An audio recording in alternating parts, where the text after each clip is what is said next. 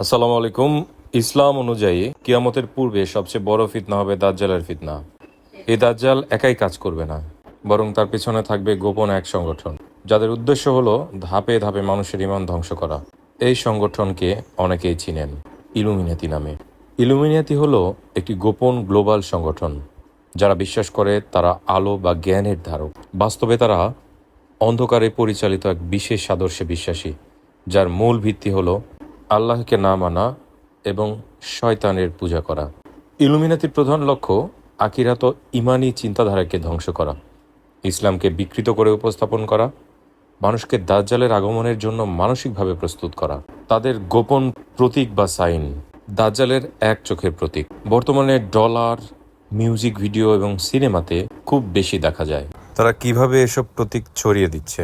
Cinema ও মিউজিকে Marvel, Disney, Netflix এই অজস্র গোপন সাইন, কার্টুন ও বাচ্চাদের শোতে যেন শিশুদের ছোটবেলা থেকে এগুলো স্বাভাবিক মনে হয়।